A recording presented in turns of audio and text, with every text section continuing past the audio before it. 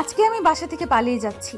প্রেম করেছিলাম, এমনকি বাসায়ও জানিয়েছিলাম যে আমি তাকেই বিয়ে করব। তাকে ছাড়া বিয়ে করতে পারবো না, কিন্তু আমার বাসায় সেটা আমাকে মেনে নিবে না।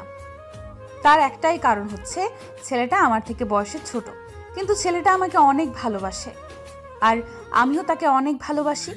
আমরা একই ইউনিভার্সিটিতে পড়াশোনা করি, কিন্তু হঠাৎ করে কি থেকে কি হয়ে গিয়েছে নিজেও বলতে পারি না। হঠাৎ করে ভালো লাগা, তারপরেই ভালোবাসা। বাসায় এত করে বোঝালাম, কিন্তু কেউ আমার কথা বুঝলো না। শেষ পর্যন্ত নিজের ভালোবাসার টানে বাসার মানুষের মায়া ত্যাগ করে বাসা থেকে চলে যাচ্ছি। আজকে দু চোখ যেদিকে যায় সেদিকে চলে যাচ্ছি। জানি না কোথায় গিয়ে থাকবো, কোথায় কি করব। সব কিছু অনিশ্চিত। ভালোবাসার কাছে সব মায়া, সব আবেগ, সব কিছু তুচ্ছ। বাবা মায়ের সাথে ভালোবাসার সম্পর্ক ছিল আজকে 20 বছরের, কিন্তু এই ছেলেটার সাথে আমার মাত্র 2 বছরের সম্পর্ক। তাতেই বাসার সবাইকে ছেড়ে আমি চলে যাচ্ছি। ভালোবাসাটা এমন কেন হয়? কেন অন্যরকম হয় না? কেন সব কিছুর ঊর্ধ্বে ভালোবাসার মায়া কাজ করে? এইসব প্রশ্নের উত্তর কেউ খুঁজে পায়নি আজ পর্যন্ত, আর কেউ পাবেও না। কারণ ভালোবাসাটা এরকমই হয়, যার কোনো প্রশ্নের উত্তর খুঁজতে গেলে নিজেকে পাগল ভাবা ছাড়া আর কিছুই ভাবা যায় না। ছেলেটা বেশ চিন্তিত, কারণ সে তার পরিবারকে জানায়নি সে বাইরে থাকে হোটেলে, আর তার পরিবার জানে সেখানে পড়াশোনা করতেছে। কিন্তু আজকে সে আমার সাথে পালিয়ে যাচ্ছে শুধু আমার ভালোবাসার জন্য, আর আমাকে সে কথা দিয়েছিল সেই কথা রাখার জন্য। এখন আমরা দুজন ট্রেনে বসে আছি। আমার নাম হচ্ছে ঈশিতা। আমি যার সাথে পালিয়ে যাচ্ছি, আহমিন আমার হবু স্বামী, তার নাম হচ্ছে ঈশান। ছেলেটা দেখতে বেশ সুন্দর, আর তার মুখের হাসি দেখেই আমি তার প্রেমে পাগল হয়ে যাই।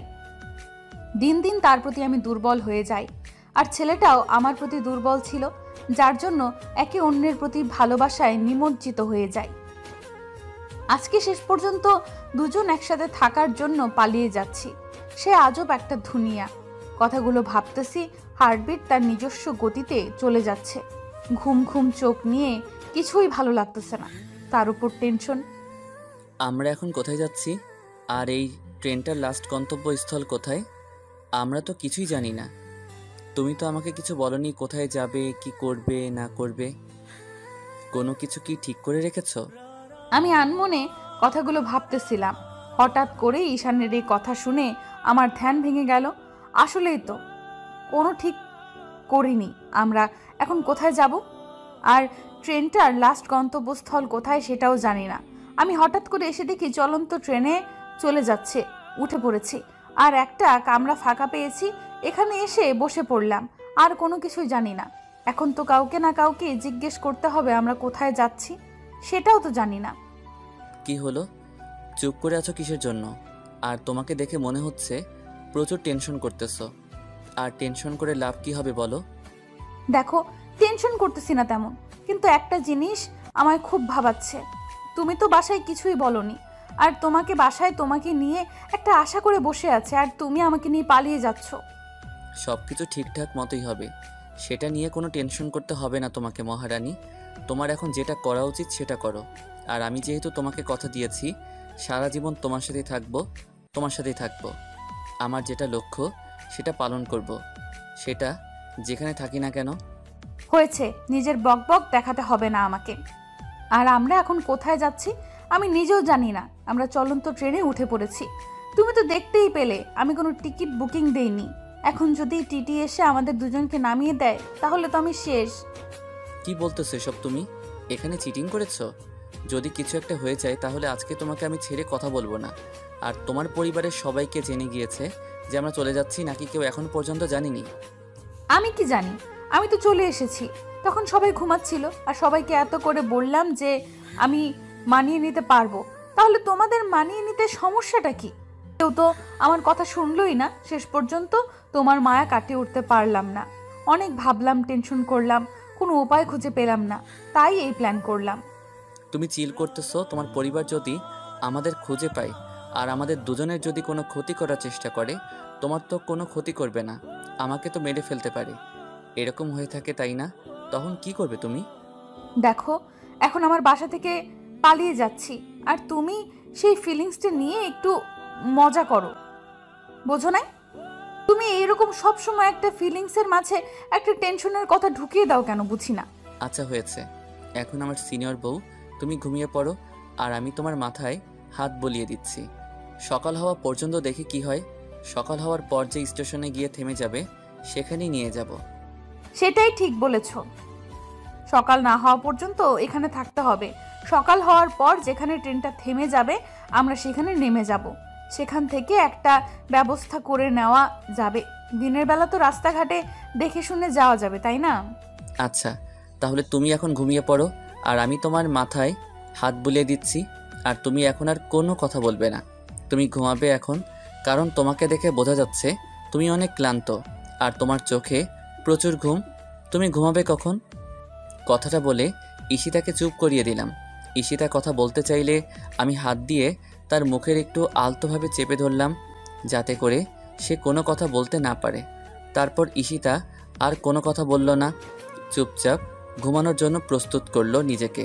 আর আমি সুন্দরভাবে তার মাথায় হাত বুলিয়ে দিচ্ছি আর ঈশিতা তার চোখ দুটো বন্ধ করে নিল। আমি পড়ালেখা করতেছি আর এবার অনার্স সেকেন্ড ইয়ারে। আর আমি যাকে নিয়ে পালিয়ে যাচ্ছি সে হচ্ছে আমার ইউনিভার্সিটির বড় আপু, এবার অনার্স থার্ড ইয়ারে। জানি না কিভাবে এই মেয়েটার মায়ায় পড়ে গেলাম। যেদিন প্রথম ভার্সিটিতে প্রবেশ করেছিলাম সেদিন থেকেই মেয়েটাকে দেখে এসেছিলাম। কখন যে তার প্রতি মায়া সৃষ্টি হয় আর কখন যে তার প্রতি ভালোবাসার সৃষ্টি হয় নিজেও জানি না। আর কি করে যে মেয়েটাও আমার উপর দুর্বল হয়ে গেল, সব কিছুই হঠাৎ করেই হয়ে গিয়েছে। মেয়েটা দেখতে বেশ সুন্দরী, যে কোনো ছেলে দেখলেই তাকে ভালোবেসে ফেলবে। আর তার প্রতি আমার ভালোবাসা সৃষ্টি হয় যেদিন মেয়েটা চোখে কাজল, কপালে কালো টিপ এবং তার সাথে নীল শাড়ি সব কিছু মিলিয়ে পড়েছিল। আর চুলগুলো এলোমেলো করে ছেড়ে দিয়েছিল। আমি দেখেই তো প্রায় পাগল হয়ে গিয়েছিলাম। তার সাথে তার গোলাপি ঠোঁট দুটো আমাকে আরও বেশি আকর্ষিত করছিল। আর আমি নিজেকে নিজের মাঝে হারিয়ে ফেলেছি। আর নিজের মনটা চলে গিয়েছিল সেই ঈশিতা নামের বড় সিনিয়র আপুর কাছে।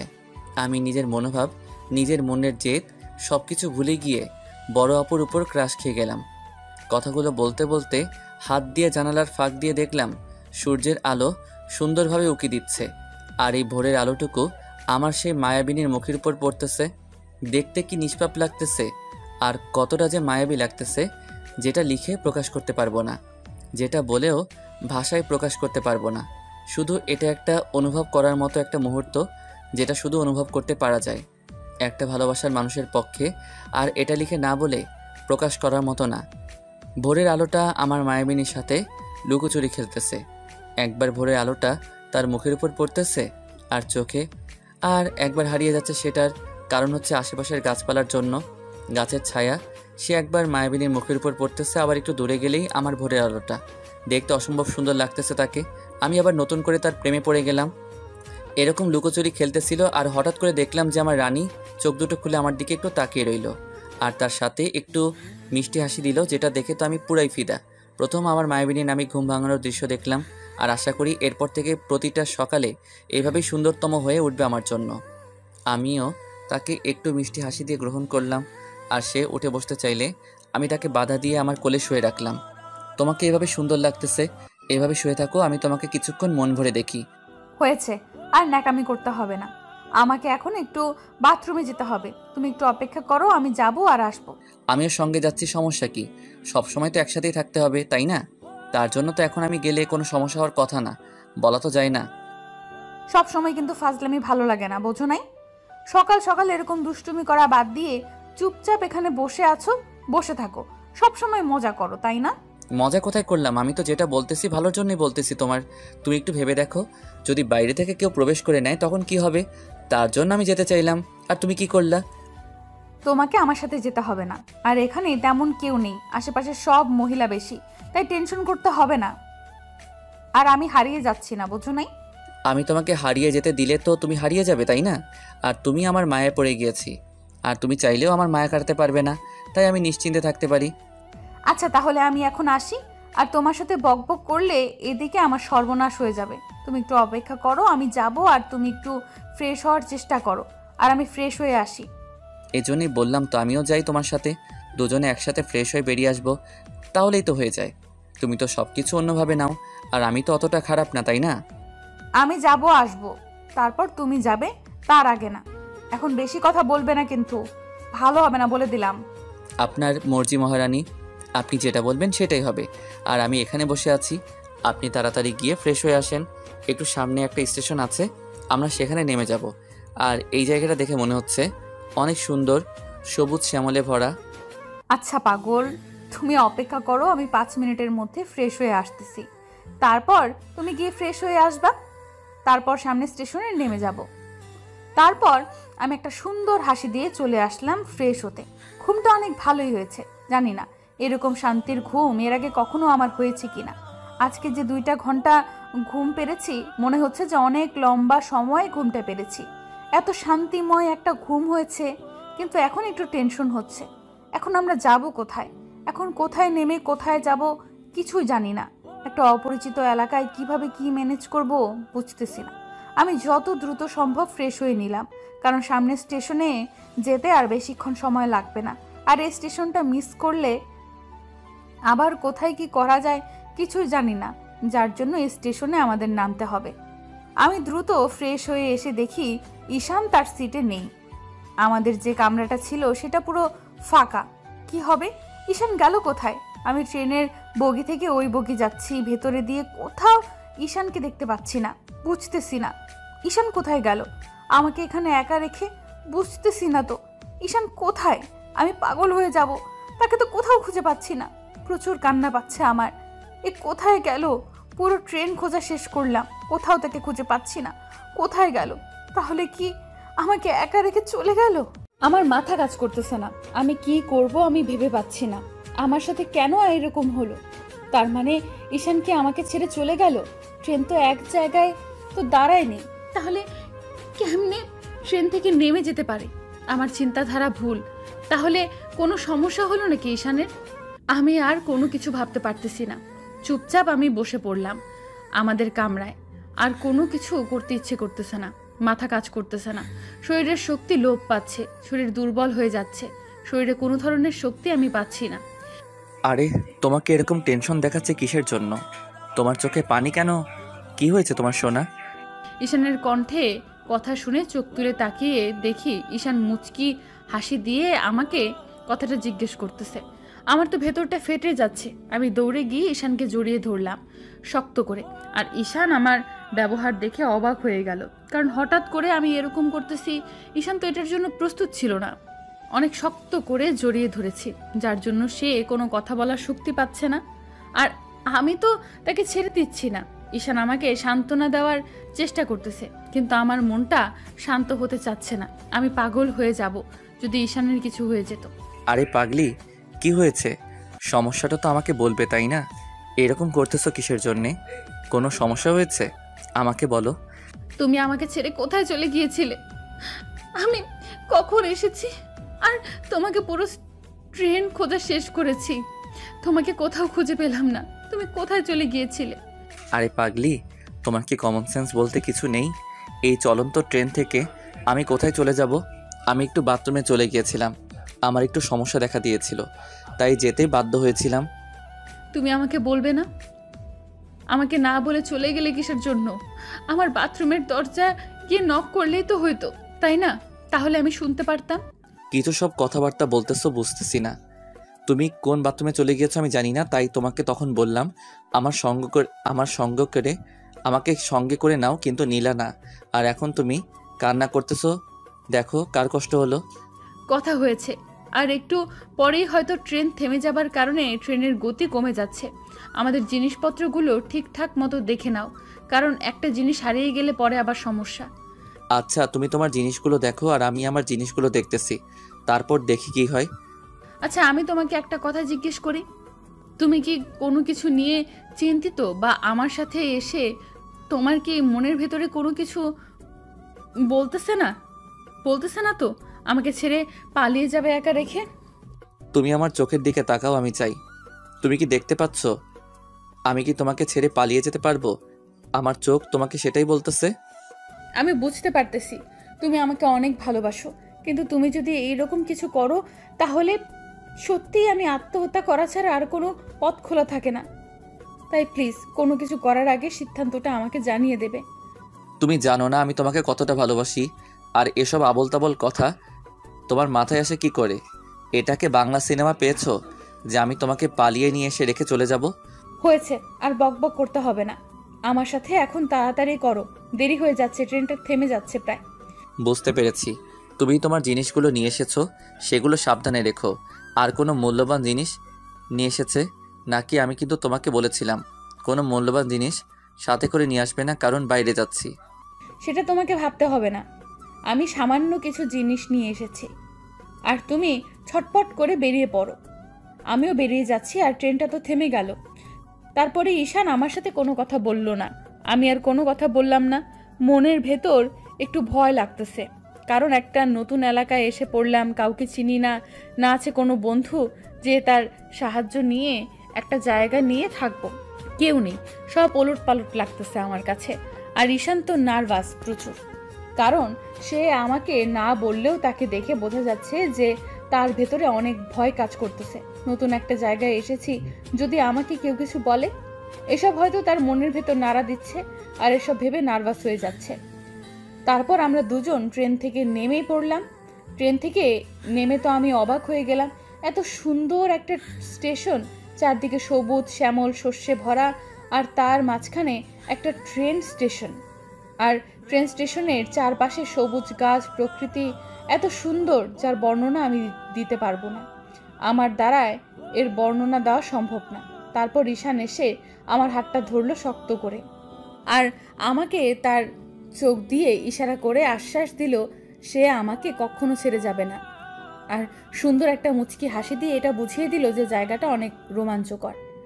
আমি তার দুষ্টুমি হাসির মানে বুঝতে পারলাম, সাথে আমি একটা দুষ্টুমির হাসি দিয়ে তাকে আমার উত্তরটা দিয়ে দিলাম, আর ঈশান সেটা ভালোভাবেই বুঝতে পেরেছে। তারপর দুজনে সামনের দিকে এগিয়ে যেতেই লাগলাম। এখান থেকে যে কোনো একজনকে ভালোভাবে সব কিছু বলো।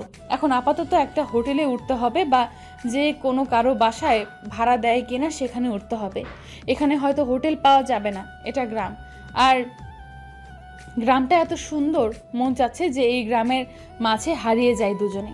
তারপর ঈশান আমার হাত ধরে সামনের দিকে এগিয়ে যেতে লাগলো, আমি ঈশানের দেখানো পথ অনুসরণ করতে লাগলাম। আমরা তো চলে আসলাম, এবার কি হবে? এখানে তো কোনো ভালো মানুষকে চোখে পড়তেছে না, সবাইকে কেমন জানি আমার সন্দেহ লাগতেছে, তাই একটু বাইরে যেতে হবে। বাইরে গিয়ে দেখি বাইরের পরিবেশটা কেমন। আমার মনে হচ্ছে সমস্যা হবে, কারণ যে সুন্দর একটা পরিবেশ, এত নির্মূল একটা গ্রাম, আর এখানের মানুষ খারাপ থাকতে পারে, এটা তো আমার মাথায় ঢুকতেছে না। এখানের মানুষগুলো হয়তো অনেক সুন্দর হবে, দেখে নিও। তোমার কথাই যেন সত্যি হয়, আর এখানকার মানুষগুলো যেন অনেক ভালো হয়, যেন তাদের সাথে আমার খুব সহজেই মিশে যেতে পারি, আর তারাও যেন খুব সহজে আমাদেরকে আপন করে নিতে পারে।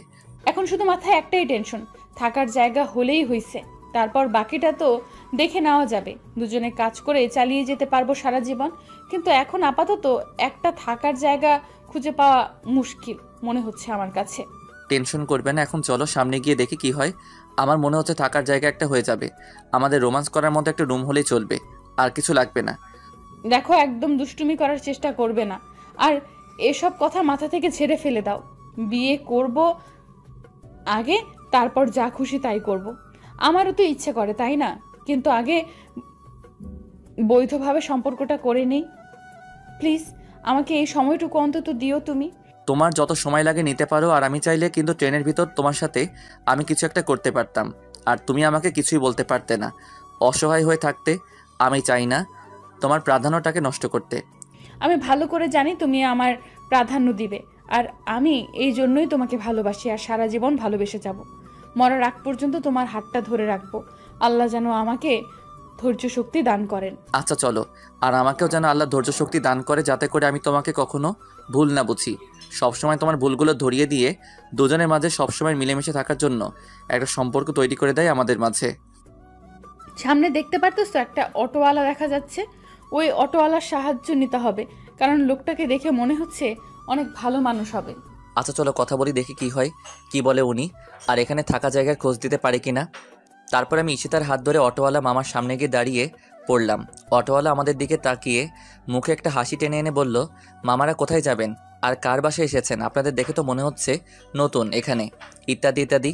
গ্রামের মানুষ একটু বেশি কথা বলে, সেটা আগে থেকে জানতাম, কিন্তু আজকে দেখলাম। তারপর আমি তাকে সব বললাম, আমাদের সমস্যার কথাটা বললাম, পালিয়ে এসেছি সেটা বললাম না, বললাম যে আমরা ঘুরতে এসেছি, কিন্তু আমার ট্রেন মিস করে অন্য একটা জায়গায় চলে এসেছি। আমাদের এখানে থাকার জায়গা একটা ব্যবস্থা করে দিলে আমরা সেখানে ভাড়া দিয়ে থাকতাম। আরে মামা, এটা কোনো ব্যাপার না।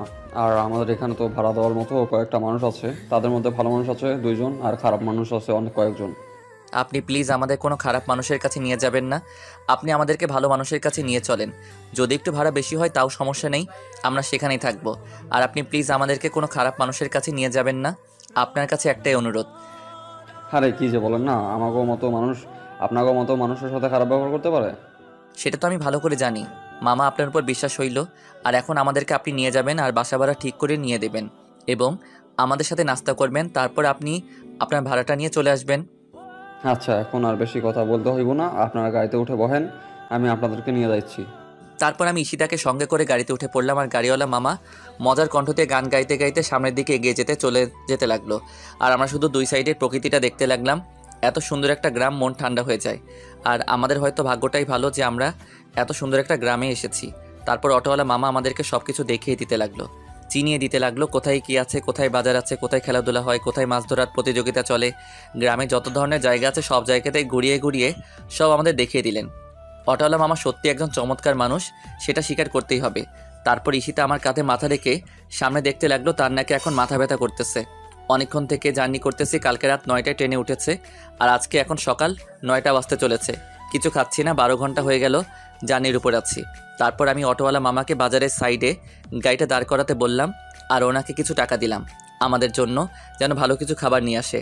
তারপর উনি আমার কথা অনুযায়ী কয়েকটা ফলমূল আর তার সাথে এখানকার বাজারে সব থেকে ভালো আইটেম নিয়ে আসলেন। তারপর আমি ঈশিতাকে সুন্দরভাবে খাইয়ে দিতে লাগলাম। ঈশিতা আমার কাঁধে মাথা রেখে আছে আর সামনের দিকে তাকিয়ে আছে। একটা অপরূপ দৃশ্য কখন উপভোগ করতে পারতাম কিনা জানতাম না, কিন্তু আজকে আমার এই পাগলির জন্য আমি এরকমটা তো জায়গা ঘুরতে পারলাম। আর এই প্রকৃতির মাঝে আমি আমার পাগলিটাকে খুঁজে পাচ্ছি, অনেক সুন্দর একটা সঙ্গ উপভোগ করলাম। তারপর আমরা আমাদের গন্তব্যস্থলে চলে আসলাম। অটোওয়ালা আমাদেরকে গাড়িতে বসতে বলে বাড়ির মালিককে ডাকতে গেলেন। দেখে শুনে কথা বলবে, বুঝছো? আর একটু ভেবেচিন্তে টাকার কথা বলবে, কারণ আমরা এখানে এসেছি পালিয়ে, আর বাসা থেকে আমাদেরকে কেউ সাহায্য করবে না, সেই কথাটা মাথায় রাখবে। সেই হিসাবে একটু টাকার অঙ্কটা বলবে তাদেরকে। সেটাই তো ভাবতেছি, আমার মনে হচ্ছে তুমি কথা বললে ভালো হবে।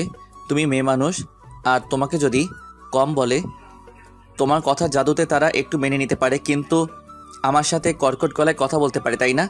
হবে না বলে দিচ্ছি। সব সময় আমাকে নিয়ে মজা করো, কান্না করে দেবো কিন্তু। আর তুমি সব সময় আমার কথার মজা করো। আচ্ছা বাবা, সরি, ভুল হয়ে গেছে, মাফ করে দাও।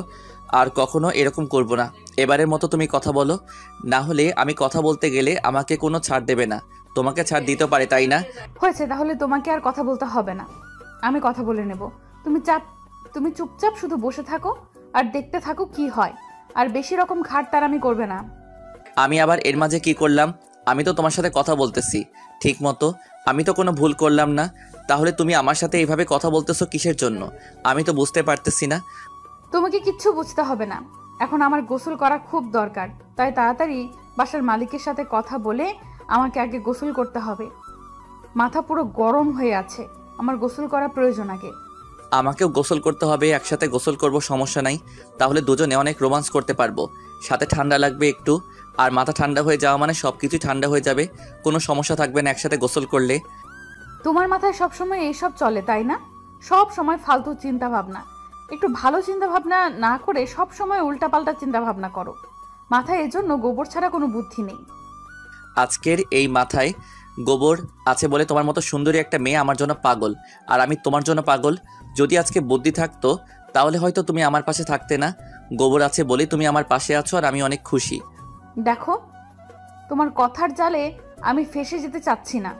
এখন তোমার কথার মায়াতে আমাকে জড়িয়ে নিতে চাচ্ছ, সেটাও আমি ভালো করে জানি। তুমি যেটা ভাবছো সেটা কখনোই হবে না। আচ্ছা, আমি তোমাকে কোনো ডিস্টার্ব করব না, শুধু একসাথে গোসল করব, তারপর আর কিছু করব না। তোমাকে স্পর্শ পর্যন্ত করব না, প্রমিস, কথা দিচ্ছি। তুমি কি এখন চুপ করে এখানে দাঁড়িয়ে থাকবে, নাকি উল্টো পাল্টা? আমার কোনো কথা শুনলে তোমার মন শান্তি হবে? আমার কোন কথা শুনলে তোমার মন শান্তি হবে? বাড়ির মালিক মনে হচ্ছে আসতেছে, দেখলাম আমার কাছে। এখন নিজের মুখটা বন্ধ করো। তারা ভালো করে জানে স্বামী স্ত্রী, তাহলে তারা শুনলে আমাদের কি? আর আমাদের রোমান্সের কথাটা শুনতে পারে, সমস্যা কি?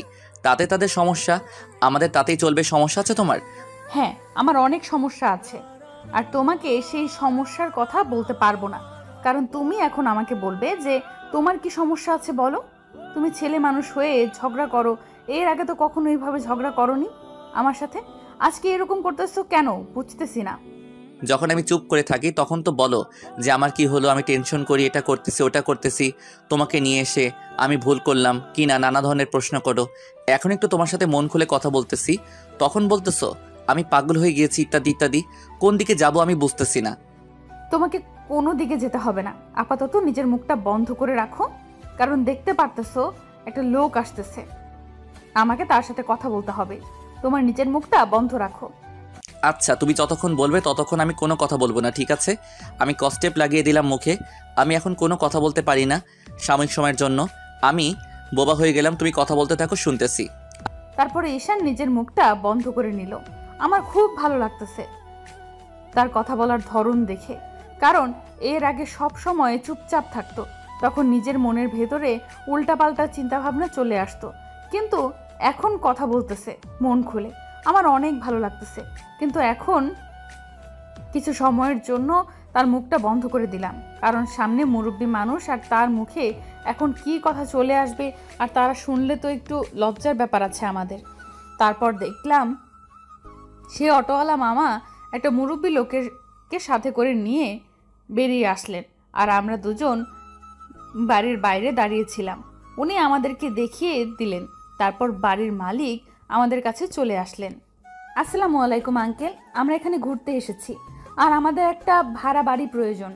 আমরা হয়তো এখানে বেশ কিছুদিন থাকবো, তাই কোথায় থাকবো ভেবে পাচ্ছি না। তার জন্য এই মামা আমাদের সাহায্য করলেন। আপনি যদি আমাদের সাথে একটু কথা বলতেন।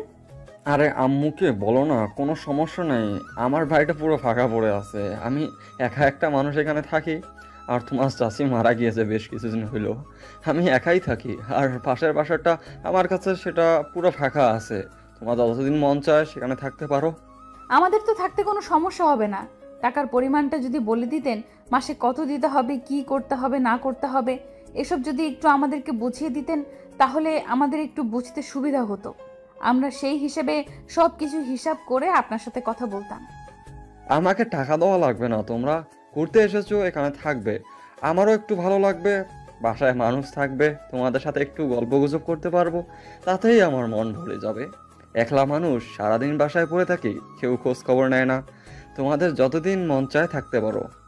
আরে চাচা, এসব কি বলতেছেন? আমাদের তো এখানে থাকতে হলে টাকা দিতে হবে, আর এমনি তো থাকা যাবে না, তাই না? আপনার একটা তো হিসাব নিকাশ আছে, আমরা আপনাকে টাকা দেব, কত করে দিতে হবে সেটা বললে খুশি হইতাম। বললাম তো আমাকে কোনো টাকা দেওয়া লাগবে না, আমার টাকার অভাব নেই, শুধু আমার ভালোবাসার অভাব, একটু মানুষের সাথে গল্প করার অভাব। বাড়ির বাইরে যেতে পারি না, অনেক বয়স হয়ে গিয়েছে তো, তাই কোথায় কি ঘটে যায় সেই ভয়ে বাইরে যেতে পারি না। আর আমার বাসায় তেমন কেউ আসে না, কারণ আমার বাসাটা গ্রাম থেকে একটু সাইডে তো। তাও যদি বলতেন আমরা কিভাবে এমনি থাকতে পারি, একটা তো আত্মসম্মান বোধ আছে আমাদের, তাই না? আমরা তো আর এভাবে থাকতে পারি না। আপনার একটু যদি টাকার হিসাবটা বলতেন তাহলে খুশি হতাম। আপনার অনেক টাকা আছে আমি জানি, কিন্তু আপনি একটু যদি বলতেন তাও। তুমি আমার মেয়ের মতো, তুমি আমার মেয়ের বয়সী হবে, আর তুমি যদি এভাবে আমার সাথে তর্ক করো তাহলে কিভাবে হয়? আমি তো একটা কথা বলতেছি, তুমি সেটা শুনলে হয়তো খুব খুশি হইতাম। আমাকে কোনো টাকা দেওয়া লাগবে না, শুধু আমাকে একটু সময় দিও, আমার সাথে একটু বসে গল্প করবে, তাতেই চলবে আমার। আচ্ছা আঙ্কেল, তাহলে আপনি এখন থেকে আমাদের মুরব্বি, আর আমরা আপনার ছেলে মেয়ের মতোই হয়ে থাকবো এখানে। আর আপনি কোনো টেনশন করবেন না, আমরা যেখানে যাব আপনাকে সঙ্গে করে নিয়ে যাব। আপনি আমাদেরকে সুন্দরভাবে ঘুরে ঘুরে দেখাবেন, আর আপনাকে এটা নিয়ে কোনো টেনশন করতে হবে না। এসব কি বলতেছো তুমি? তুমি চুপ করে থাকো। তোমাকে এখানে কথা বলতে বলেছি আমি? আমরা এখানে এমনিতে থাকতে পারি বলো? আমাদের একটা আত্মসম্মান বোধ আছে না? আর তুমি কি উল্টাপাল্টা কথা বলতেছো? আহা, রাগ করতে নেই, এভাবে স্বামীকে কেউ রাগ দেখাতে পারে না, তাহলে তাদের মাঝে কখনো ভালোবাসাটা স্বয়ং সম্পূর্ণভাবে হয় না। তুমি একটু কাজ করো, এই ছেলেটা ঠিক বলেছে, আর তুমি হয়তো একটু বোঝার চেষ্টা করলেই সব সমাধান হয়ে যায়। আচ্ছা চাচা, আমার কোনো সমস্যা নেই। আর এই মেয়েটা যদি এখানে থাকতে না চায় তাহলে তাকে আমরা অন্য কোথাও দিয়ে আসি। সে সেখানে থাকবে, আমি আপনাদের সাথে থাকবো, আপনার সাথে গল্প করব, আপনার সাথে পুরো এলাকাটা ঘুরে দেখব। তাতে আমার কোনো সমস্যা নেই। এই মেয়েটাকে এখন আপাতত আমি চিনি না। ভালো হবে না কিন্তু, বলে দিচ্ছি। মাথা গরম করাবে না, আর আমাকে নিয়ে একদম ঠাট্টা করবে না, তাহলে কিন্তু মেরে তক্তা বানিয়ে ছেড়ে দেব। এখন চলো ভেতরে। অনেক তর্ক করেছি, আমাকে মাফ করে দিবেন চাচা। আমি আপনার সাথে এত বড় বড় কথা বলেছি। আরে সমস্যা নেই, তোমরা ছোট মানুষ, একটু কথা বলতেই পারো। আর তোমরা অনেক দূর থেকে এসেছো, এটা কোনো ব্যাপার না। আচ্ছা আঙ্কেল, তাহলে আমাদের এখন ভেতরে গিয়ে আমাদের রুমটা দেখিয়ে দেন, আর আপনি আমাদের সাথে আসেন। আর আপনার জানা অজানা গল্পগুলো শুনতে শুনতেই সময় পার করে দেব, যে কয়দিন এখানে আছি। এখন ভিতরে অন্তত যাই এখানে থেকে। আর কোনো কাজ নেই তোমার।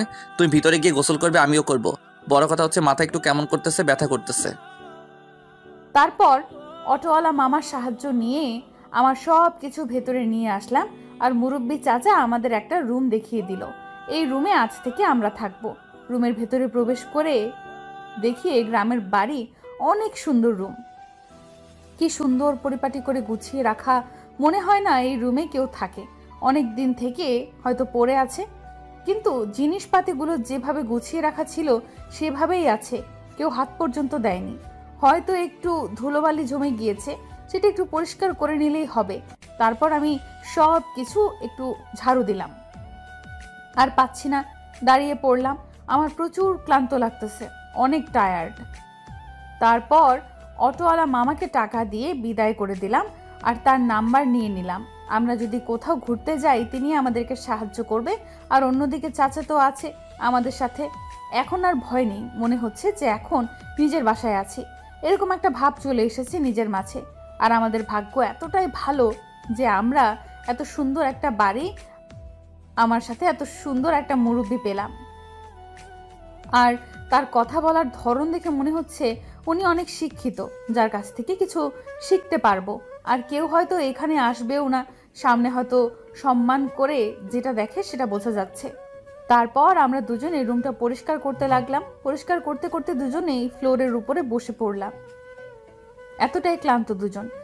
ঈশান আমার হাত দুটোকে শক্ত করে ধরলো, তারপর আমার কোলে মাথা রেখে শুয়ে পড়লো। আমি অবাক হলাম, আর এরকম কাণ্ড দেখে এভাবে কেন শুয়ে পড়লো? এখন তো কষ্ট করতে হবে আমাদের, আর একটু ঘুমানোর প্রয়োজন আমাদের। কিন্তু এদিকে এই ঈশান এখন শুয়ে পড়েছে, মনে হচ্ছে না আমাকে এখান থেকে উঠতে দিবে। কিন্তু এখন উঠে গোসল করতে হবে, আর এরকম বাহানা শুনলে চলবে না। তার বাহানার শেষ নেই, আর আমার না বলার শেষ নেই। হঠাৎ করে ঈশান আমার হাত ধরে টান দিয়ে আমাকে তার বুকে নিয়ে নেয়, আর তার ঠোঁট দুটো আমার ঠোঁটে লাগিয়ে দেয়। আমার সারা শরীরে মনে হচ্ছে যে এক প্রকার ভোল্টের বিদ্যুৎ শক খেয়ে গেলাম। আমি এটা কল্পনাও করতে পারিনি যে ঈশান আমার সাথে এটা করবে। আমি জাস্ট অবাক ঈশানের এইরকম কাণ্ড দেখে। আমি ভাবছিলাম যে হয়তো এমনিতেই ফাজলামি করতেছে, কিন্তু এখন দেখলাম সত্যি সত্যি সে আমার ঠোঁটে তার ঠোঁট দুটো লাগিয়ে দিয়েছে। এই প্রথম কোনো পুরুষ আমার ঠোঁটে তার ঠোঁট দিয়ে স্পর্শ করতেছে। আমি কি বলবো বলে বোঝাতে পারবো না। এটা অন্যরকম একটা অনুভূতি। মনে হচ্ছে যে আমার ভেতর কোনো শক্তি কাজ করতেছে না, আমি একদম দুর্বল হয়ে পড়েছি। আমার শরীর নিস্তেজ হয়ে গিয়েছে। আমি না পারতেছি ঈশানকে শক্তি দেখাতে, না পারতেছি ঈশানকে কোনো কিছু বলতে, আর ভেবে পাচ্ছি না কি করব। এখন কি ঈশানকে রেসপন্স দেব নাকি দেব না? এখন কি করব আমার মাথায় কোনো কাজ করতেছে না। আমি জাস্ট শক খেয়ে বসেছিলাম।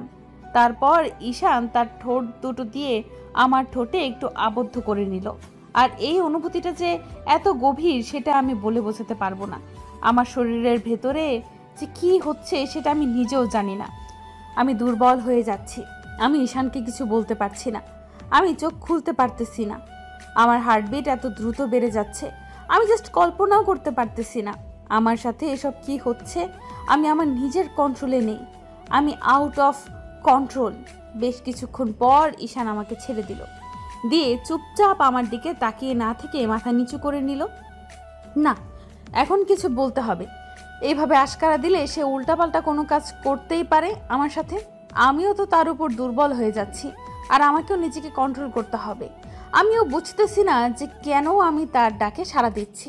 আমি জাস্ট অবাক হয়ে আছি কি করব।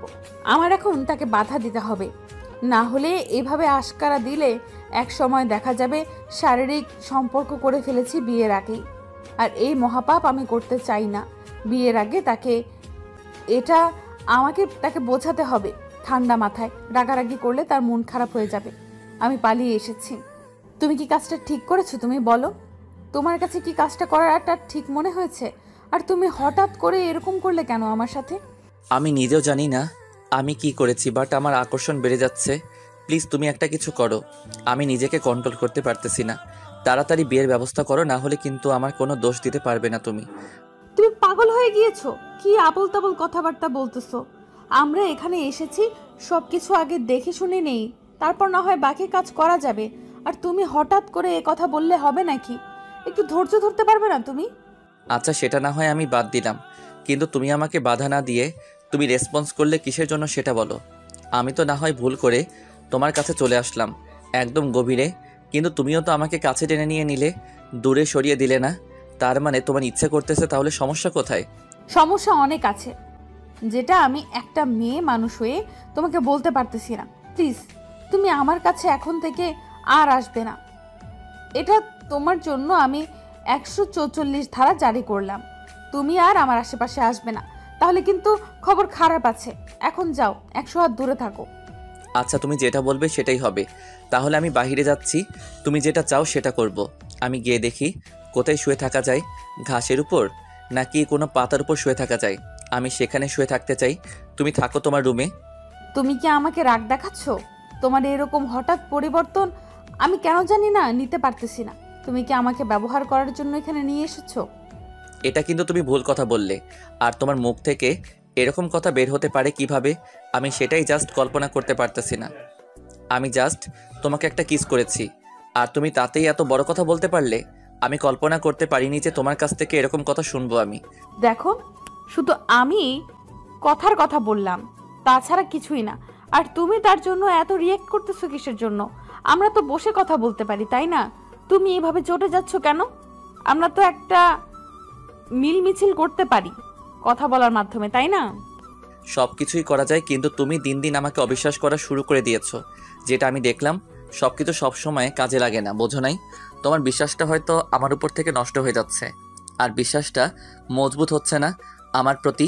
আমি কিছু বলবো না, তোমার যা ইচ্ছে তাই ভাবো। আর যদি মনে হয় যে আমি তোমাকে ব্যবহার করে ছেড়ে দেব, তাহলে তো আমি তোমাকে এখানে নিয়ে আসতাম না। আমি ভার্সিটিতে তোমাকে ব্যবহার করতে পারতাম, তাই না? দেখো শোনা, আমার ভুল হয়ে গেছে, আমাকে মাফ করে দাও। আর আমি এই বিষয়ে তোমাকে কোনো কথা বলবো না। আর আমার ভুল হয়ে গিয়েছে তোমাকে এইভাবে বলার জন্য। আমি মাফ চেয়ে নিচ্ছি। আমি যত দ্রুত পারি আমি আমার বিয়ের ব্যবস্থা করতেছি। আমি চাই না তুমি তোমার মনের উপর জোর প্রদান করে বিয়ের ব্যবস্থা করো। তোমার যখন মন খুশি হবে তখন করবে। আর আমি এখন থেকে তোমার কাছে থেকে দূরে থাকবো, কখনো তোমার কাছে আসবো না। একটা কিস করেছি, তার জন্য তুমি যদি এভাবে বলতে পারো, তাহলে আমি আর তোমার কাছে কখনো আসতেছি না। আচ্ছা, আমার ভুল হয়ে গিয়েছে, আমি এখন কিছু বলতে চাই না। আমাকে এখন ঘুমাতে হবে। তুমি আমার পাশে শুয়ে পড়ো, তোমার বুকে মাথা রেখে ঘুমাবো এখন। আর আশা করি তুমি এটা নিয়ে কোনো কথা বলবে না। আমার প্রচুর ঘুম পাচ্ছে। ঈশিতাকে দেখে মনে হচ্ছে তার অনেক ঘুম পাচ্ছে, তাই আমি কোনো কথা বাড়ালাম না, কারণ তার চোখ প্রচুর লাল হয়ে আছে। আর আমারও তো প্রচুর ঘুম পাচ্ছে। মনে হয় যে এখন যদি বিছানায় শুয়ে পড়ি তাহলে আমার 2 মিনিটও লাগবে না ঘুমাতে। তাই আমি আর বেশি কথা বললাম না, অনেক জার্নি করেছি। এখন যদি ঝগড়া করে নিজের শরীরের অবস্থা আরও খারাপ করি তাহলে কিভাবে হয়? তার জন্য আমি কোনো কথা না বলে আমি নিজেকে নত স্বীকার করলাম। এখানে যতই কথা বলবো ততই আরও ঝগড়াটা বেড়ে যাবে। ভালোবাসার মানুষের মধ্যে একটু ঝগড়াঝাটি হতেই পারে, তার জন্য তার সাথে মান অভিমান করে দূরে চলে যাব এরকম ছেলে আমি না। কারণ আমি আমার ভালোবাসাটাকে গভীরভাবে স্পর্শ করতে চাই। আমি আমার ভালোবাসাকে নিয়ে সারা জীবন বাঁচতে চাই। আমি চাই না তার সাথে সামান্য একটা কথায় মান অভিমান করে তার থেকে দূরে যেতে। আর আমি এটাও চাইবো যে যতই বড় আমাদের মাঝে বাধা বিপত্তি আসুক না কেন, যতদিন এই দেহে প্রাণ আছে তার সাথে থাকার চেষ্টা করব। ঈশিতা যদি আমার সাথে থাকতে চায়, তারপর ঈশিতাকে বুকের উপরে নিয়ে বিছানার উপরে শুয়ে পড়লাম। ঈশিতা তো আমার বুকের উপর মাথা রেখে ঘুমিয়ে পড়ল। আমিও যে কখন ঘুমিয়ে গিয়েছি আমার মনে নেই।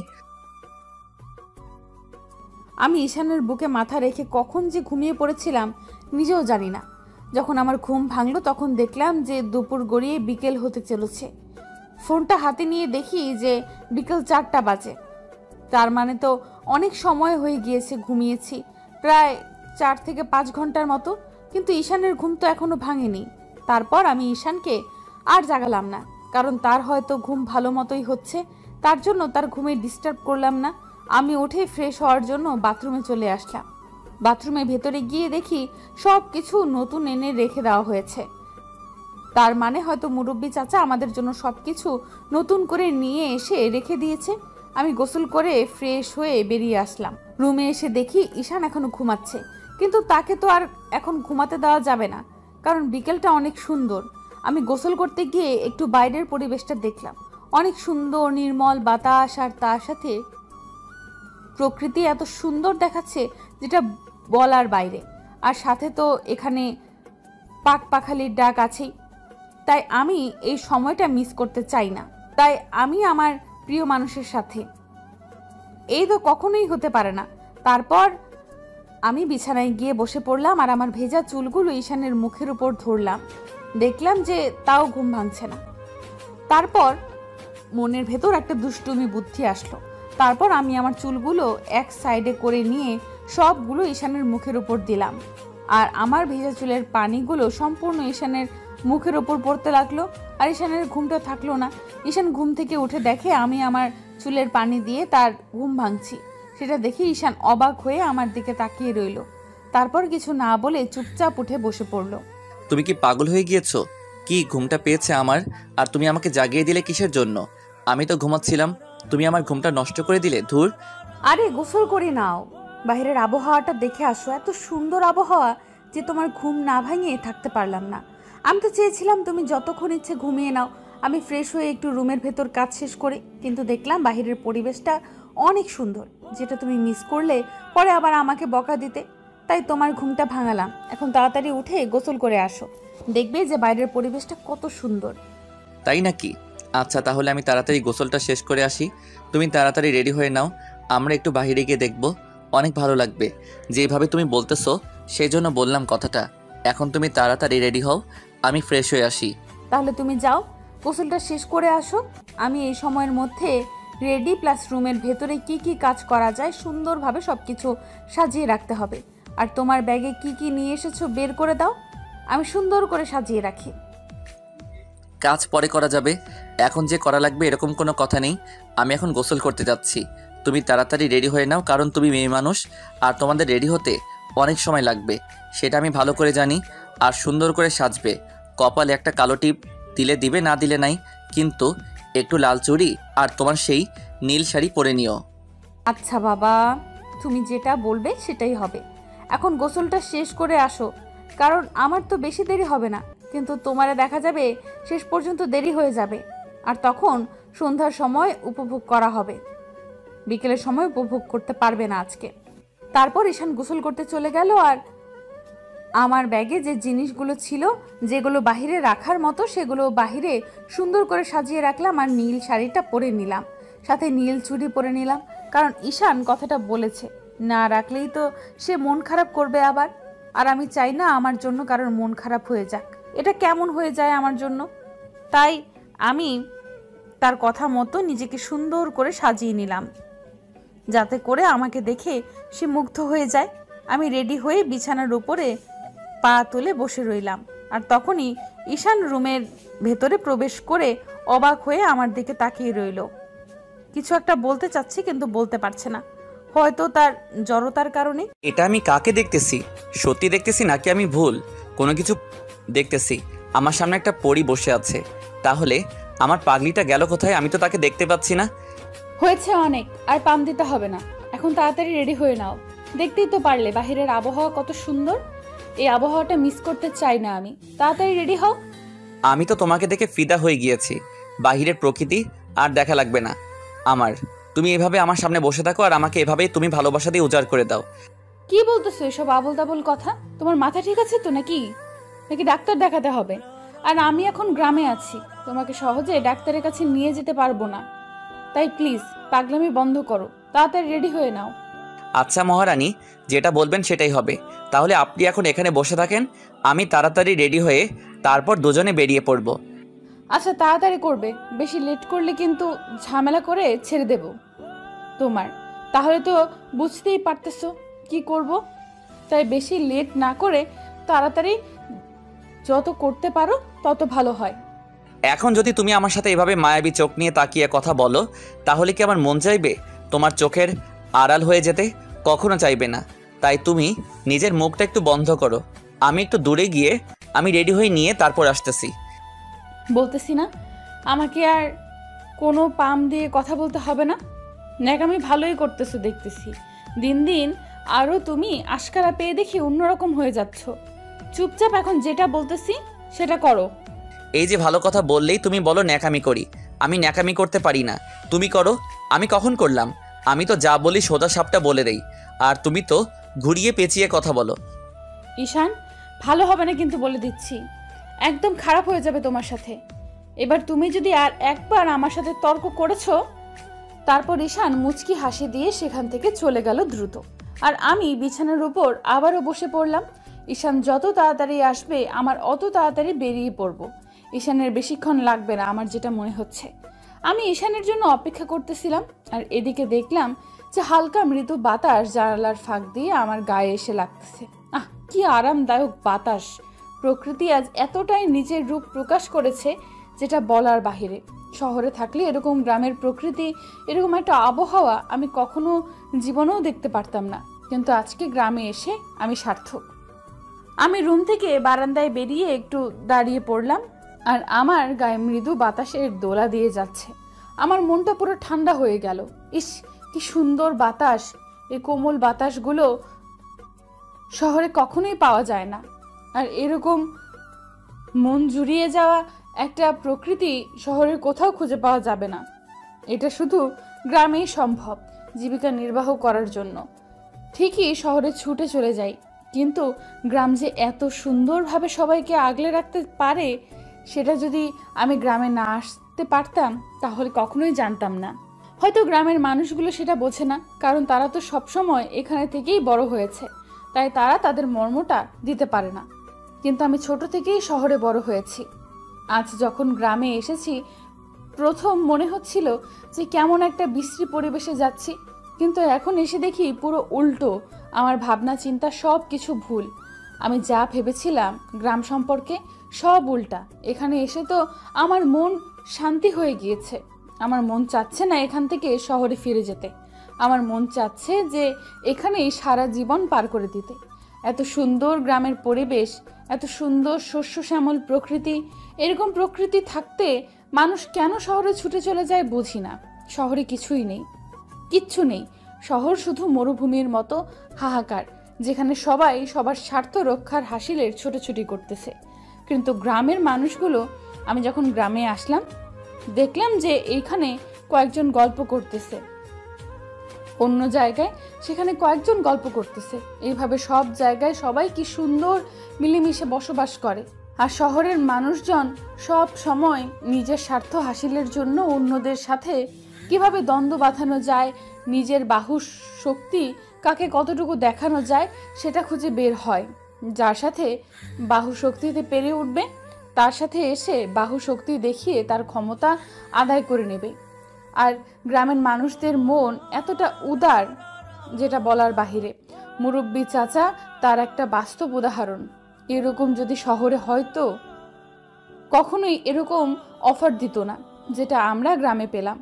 আর যদিও তার কিছু না থাকতো তাও বেশি করে তিনি বাসা ভাড়াটা চাইতেন, কারণ তিনি একার কেউ নেই। তার জন্য তিনি মোটা অঙ্কের টাকা নিয়ে ব্যাংকে রেখে বসে বসে খেতেন। কিন্তু এখানে দেখলাম একদম ভিন্ন একটা পরিবেশ, যেটা আমি নিজ চোখে না দেখলে কখনোই বিশ্বাস করতাম না। কি হলো মহারানী, তুমি এখানে এভাবে আনমনা হয়ে কি ভাবতেছো? আর আমাকে রেডি হতে বলে তুমি বাহিরে এসে দাঁড়িয়ে আছো, ব্যাপার কি? কোনো ব্যাপার নেই, আমি তোমার জন্য অপেক্ষা করতেছিলাম রুমের ভেতর।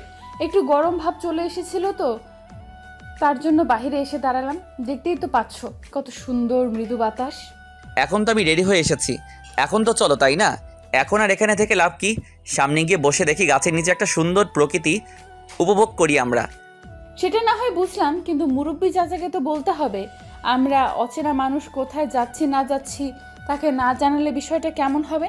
তাকে বলি যে আমরা সামনে বসে আছি, একটু প্রকৃতিটা উপভোগ করব। আচ্ছা, তাহলে আমি গিয়ে বলে আসতেছি, নাকি তুমিও যাবে আমার থেকে? তুমি গেলে হয়তো ভালো হবে। দুজনেই বলে আসলাম, তাহলে উনি অনেক খুশি হবে। ওনাকে বলে আমরা সামনে গিয়ে কিছুক্ষণ হাঁটাহাঁটি করে সন্ধ্যার আগে চলে আসলাম। সেটা ঠিক বলেছো, সন্ধ্যার আগেই ফিরে আসতে হবে, কারণ আমরা এখানে নতুন আর গ্রামের লোকেরা তো অনেক বাজে মন্তব্য করতে অনেক এক্সপার্ট, তাই বেশিক্ষণ থাকা যাবে না। আর আমাদের কেউ চেনে না, হঠাৎ করে কি বলে, তার জন্য আমাদের তাড়াতাড়ি ফিরে আসতে হবে। একদম টেনশন করবে না। আর আমরা তো এখানে বিয়ে করতে যাচ্ছি, আর আমরা সবাইকে বলবো। আমরা স্বামী স্ত্রী যদি না বলি তাহলে তো আমাদের কেলেঙ্কারি রুটে যাবে। আর সাথে সাথে মুরব্বী চাচার মান সম্মান কিছু থাকবে না, কারণ তিনি একজন সম্মানী মানুষ হিসেবে আমাদের এখানে থাকতে হবে। তুমি কিন্তু একদম কথাটা ঠিক বলেছো। এখন বেশি বকবক করলে পরে আবার সব কিছু মিস করব। তুমি সব সময় বেশি কথা বলো কেন আমার সাথে, আমি বুঝি না। তুমি এত বাচাল হয়ে যাচ্ছ কেন দিন দিন? আচ্ছা, এখন চলো বাবা, আর আমি কোনো কথা শুনতে চাই না তোমার, কারণ তুমি কথায় কথায় এখন আমাকে খোঁটা মেরে দিবে। আমি ভালো করে জানি আমরা হাঁটতে হাঁটতে কথা বলি। তারপর আমি আর ঈশিতা দুজনে আঙ্কেলের কাছে চলে আসলাম, আর তাকে সব কিছু বলে আমরা বেরিয়ে পড়লাম। তিনি যাতে করে আমাদের নিয়ে কোনো টেনশন না করে সেটাও বলে আসলাম। আর উনি হাসি মুখে আমাদের বলল যে এখানে কেউ নাকি আমাদের কিছু বলার সাহস পাবে না, কারণ আশেপাশে যা আছে পুরোটাই আঙ্কেলের, আর কেউ কোনো কিছু বলার সাহস পায় না। আমরাও একটু মনের ভিতর সাহস পেলাম। যাই হোক, একটা শক্তি কাজ করবে। এখন মনের ভিতরে কেউ কিছু বলবে না, আমাদের সেই শক্তি নিয়ে আমরা দুজন বেরিয়ে পড়লাম। ঈশিতা একদম খুশিতে গদগদ। তারপর দুজনে পায়ের সাথে পা মিলিয়ে হাতে হাত রেখে দুজনে হেঁটে চলতে লাগলাম। কি সুন্দর একটা দৃশ্য, অনেক সুন্দর প্রকৃতি। আমাদের সামনে একটা গাছের বাগান দেখতে পেলাম। তাড়াতাড়ি সেখানে যাওয়ার জন্য দুজনের পা বাড়ালাম। পায়ের সাথে পা মিলিয়ে দুজনের হাতে হাত রেখে এইরকম একটা মুহূর্ত আমাদের জীবনে আসবে আমি কখনো কল্পনা করিনি। আর তার সাথে ঈশিতা কখনো কল্পনা করেনি আমরা এভাবে একে অন্যের হয়ে যাব। তারপর ঈশিতা পাগলামি করতেছে, ছোট বাচ্চার মতো লাফালাফি করতেছে। আমি তার সব পাগলামিগুলো দেখে শুধু হেসেই যাচ্ছি। আমার থেকে বয়সে বড় হলে কি হবে, কিন্তু স্বভাবটা এখনো বাচ্চা মেয়ের মতো। কি হলো, তুমি এরকম লাফালাফি করতেছো কিসের জন্য বুঝতেছি না তো। একটু দেখে শুনে চলো, পড়ে গেলে তো পায়ে ব্যথা পাবে, আর তখন তো। আমাকে নিয়ে কোনো টেনশন করতে হবে না, আমি একদম ঠিক আছি, আর আমার কোনো সমস্যা হবে না। তুমি দেখে নিও। আর এত সুন্দর একটা পরিবেশ, আর একটু মন খুলে যদি হাঁটাহাঁটি না করি, দৌড়াদৌড়ি না করি, তাহলে কি হইল কিছু? তুমি কিন্তু এখন ছোট বাচ্চা না, সেই কথাটা কিন্তু মাথায় রাখবে। আর তুমি যেভাবে লাফালাফি ছুটাছুটি করতেছো একদম ছোট বাচ্চা মেয়েদের মতো। তো কি হয়েছে? আমি কি বুড়ি? আমি কি বুড়ি হয়ে গিয়েছি নাকি? আমাকে এসব মানায় না। তুমি যেভাবে কথা বলতেছো মনে হচ্ছে আমি একদম বুড়ি হয়ে গিয়েছি, আমাকে এসব করলে মানাবে না। আমি কিন্তু এই কথা একবারের জন্য বলিনি। তুমি কিন্তু ঘুরিয়ে পেঁচিয়ে তোমার কথা নিজের মাঝে নিয়ে যাচ্ছ। আমি কিন্তু একবারের জন্যেও বলিনি তুমি বুড়ি হয়ে গিয়েছো, আর তোমাকে এসব মানায় না। আমি জাস্ট বলতেছি একটু দেখে শুনে। দেখাশোনা তো তুমি আমার করবে, আমি কেন আমার দেখাশোনা করতে যাব? আমি তোমার দেখাশোনা করব, আর তুমি তো একদম ভদ্র শান্তশিষ্ট হয়ে আছো, তাহলে আমার এত ঝামেলা নাই। আমার দেখাশোনা করার দায়িত্ব তোমার। তার জন্যই তো বলতেছি একটু দেখে শুনে চলবে, না হলে কিন্তু ভালো হবে না বলে দিচ্ছি। কারণ তোমার দেখাশোনা করার দায়িত্ব যেহেতু আমার, তার মানে শাসন করার অধিকারটাও আমার, তাই না? তাহলে আমি শাসন করতে পারি, আর তুমি অভিমান করলে সেটা দেখার সময় আমার এখন নেই, কারণ আমার দায়িত্ব আমাকে পালন করতে হবে। এটা কিন্তু ঠিক হবে না বলে দিচ্ছি। আমার স্বাধীনতায় তুমি হস্তক্ষেপ করতে পারো না। তুমি শুধু দেখাশোনা করবে, আর আমাকে রাগারাগি করার অধিকার তোমাকে এখনো দিয়ে দিয়েছি নাকি? সব অধিকার মুখ দিয়ে দিতে হয় না, কিছু অধিকার এমনিতেই চলে আসে, বোঝো নাই? আর সব সময় অধিকার অধিকার করবে না, ভালো হবে না। এই যে মিস্টার, এখন আমি বাইরে এসেছি বাইরের আবহাওয়ার পরিবেশটা উপভোগ করার জন্য, আপনার সাথে ঝগড়া করার জন্য না। তাই আপনি আপনার মুখটা বন্ধ রাখুন, আর আমাকে আমার মতো চলতে দেন। আচ্ছা, তাহলে আপনি আপনার মতো চলেন, আর আমি আমার মতো চলি। আমার কোনো কাজে আপনি হস্তক্ষেপ করবেন না, আর আমিও আপনার কোনো কাজে হস্তক্ষেপ করব না, কারণ আমার এখানে দুজনে স্বাধীন ব্যক্তি, তাই না? না, এটা কখনো হতে পারে না।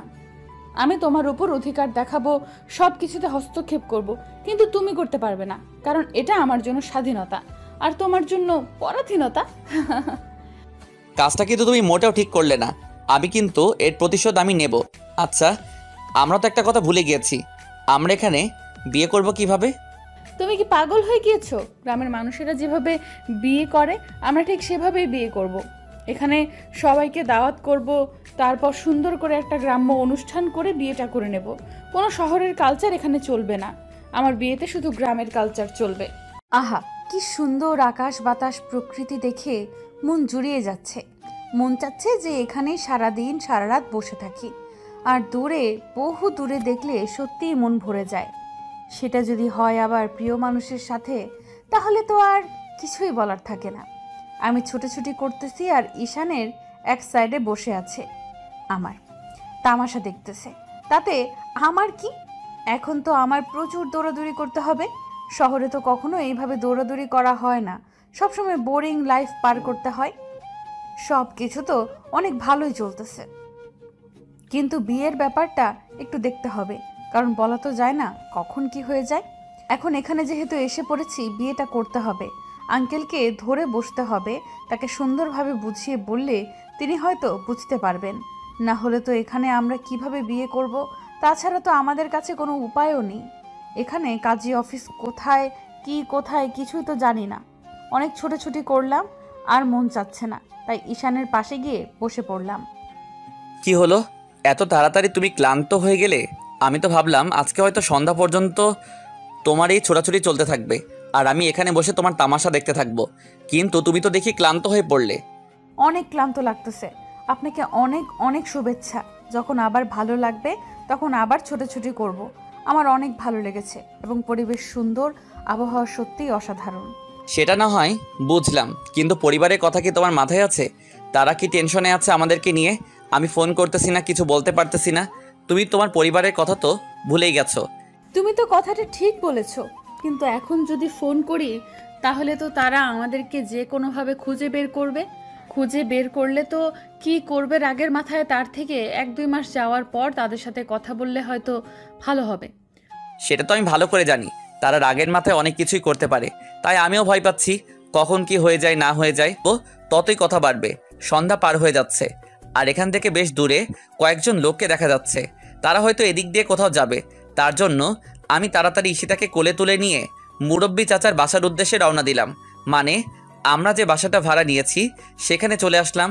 আমি ঈশিতাকে রুমের ভেতর নিয়ে এসে বিছানার উপর রেখে দিয়ে তার উপর শুয়ে পড়লাম। ঈশিতা আমাকে বাধা দেওয়ার চেষ্টা করতেছে, কিন্তু তার মন চাচ্ছে যে আমি তাকে কাছে চাই, কিন্তু না, এখন ওটা আমি করব না। ঈশিতা যেভাবে শক্তি দেখাচ্ছে তাতে মনে হচ্ছে না সে আমাকে দূরে সরিয়ে দিতে চাচ্ছে। তার মন চাচ্ছে আমাকে কাছে নিতে, কিন্তু আমিও চাই না কোনো অবৈধ সম্পর্ক করতে। আজকে বাদে কালকে আমাদের বিয়ে, আর একটা দিন ধৈর্য ধরতে পারবো না? এটা কোনো কথা হলো?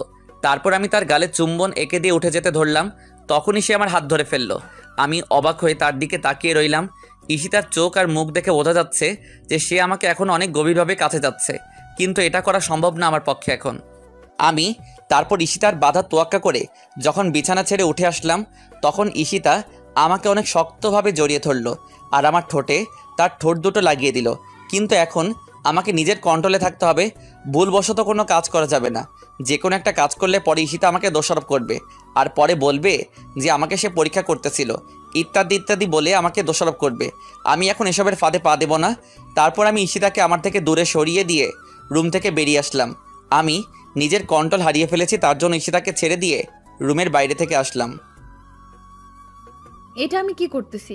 আমি নিজেকে কন্ট্রোল করতে পারতেছি না কিসের জন্য? আমার ভেতরে কি হচ্ছে এসব? আমি কেন আকর্ষিত হচ্ছি বারবার? আমি কেন তাকে আমার কাছে টেনে নিচ্ছি? আমি তো নিজেকে কন্ট্রোল করতে পারতেছি না। তাহলে ঈশান নিজেকে কিভাবে কন্ট্রোল করে রেখেছে সেটা তো এখন আমি বুঝতে পারতেছি যে একটা ভালোবাসার মানুষের উপর আকর্ষণ হলে তার থেকে দূরে থাকা কত কষ্টের এখন আমি হাড়ে হাড়ে বুঝতে পারতেছি। ঈশান যখন আমাকে রেখে রুম থেকে বাইরে চলে গেল আর আমি তো ঈশানকে যা তা বলে দেই, ঈশান তাহলে কিভাবে নিজেকে কন্ট্রোল করে এখন আমি বুঝতেছি। তারপর আমি বাথরুমে চলে গেলাম, একদম ফ্রেশ হয়ে নিলাম, সুন্দরভাবে পরিপাটি হয়ে বেরিয়ে আসলাম। আমার চোখ মুখ লাল হয়ে গিয়েছে। আয়নার সামনে দাঁড়িয়ে দেখি নিজেকে কন্ট্রোল করলাম। তারপর রান্না করার জন্য কিচেনে চলে আসলাম। কিচেনে এসে দেখি সব কিছু নতুন, তার মানে মুরব্বি চাচা আমাদের জন্য কত কিছু করেছে। তারপর আমি তিনজনের জন্য রান্না করলাম।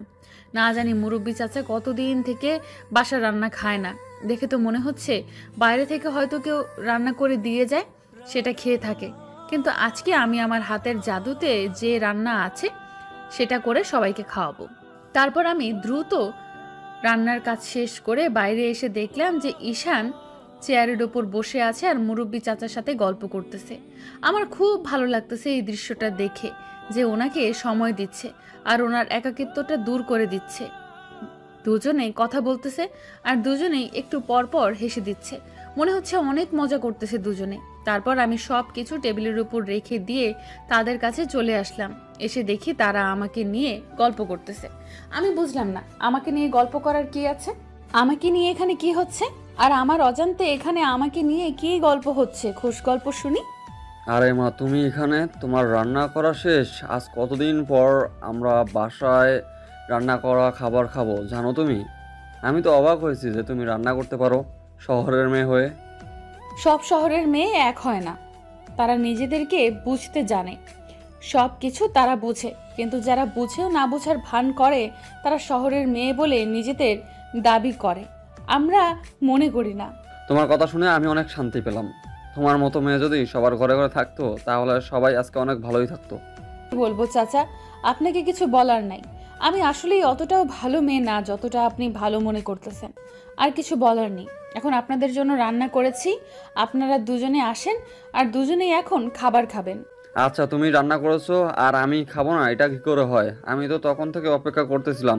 ঈশান তোমার অনেক প্রশংসা করতেছিল, তোমার হাতের রান্না নাকি অনেক সুন্দর, তাই তোমার রান্নার পরীক্ষা তো নিতেই হয়। পেরেছি, একটু বেশি বেশি বলাই তার স্বভাব, তাই আমি আর সেটা নিয়ে বেশি কিছু না বলে সে একটু বেশি বেশি বলতেই পারে। কিন্তু তার জন্য তো আর আপনি সে বেশি বেশি বলতে পারেন না। মোটামুটি পারি, অতিরিক্ত না। সমস্যা নেই, কোনো সমস্যা হওয়ার কথা না। এখন চলো, বেশি কথা বলা যাবে না, খাবার খেয়ে এসে গল্প করব। হঠাৎ করেই ঈশান একটা কথা বলে উঠল, সেটা শোনার জন্য আমি মোটেও প্রস্তুত ছিলাম না। এখানে এই ধরনের কথা বলার কি আছে আমি বুঝতেছি না। ঈশানের মাথায় দিন দিন সমস্যা হয়ে যাচ্ছে নাকি আমি তো কিছুই বুঝতে পারতেছি না। তোমার সমস্যা? কি বলেন, আমাদের উপর রাগ করেন কিনা আর আপনি যে এত সহজে মেনে নেবেন সত্যি আমি বিশ্বাস করতে পারতেছি না এখনো। আরে পাগলি মেয়ে, কি যে বলো না! তোমাদের মতো ছেলে মেয়ে আমার বাড়িতে এসেছে আর আমি একটা আবদার করেছো, সেটা আমি মেনে নেব না? তোমরা তো আমার ছেলে মেয়ের মতো, তাই না? আর এই কথাটা যদি আমার মেয়ে বা আমার ছেলে আমাকে বলতো তাহলে তো আমি একই রকম করতাম, তাই না?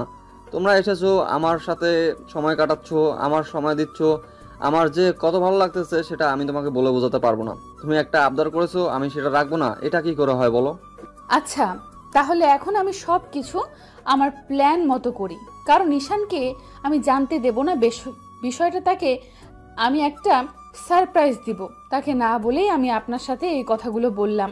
আপনি তাকে বলবেন না, আপনি আপনার মতো কাজ চালিয়ে যান, আমি আমার মতো কাজ চালিয়ে যাব। তাহলে কালকে থেকে আমরা আমাদের কাজ শুরু করব।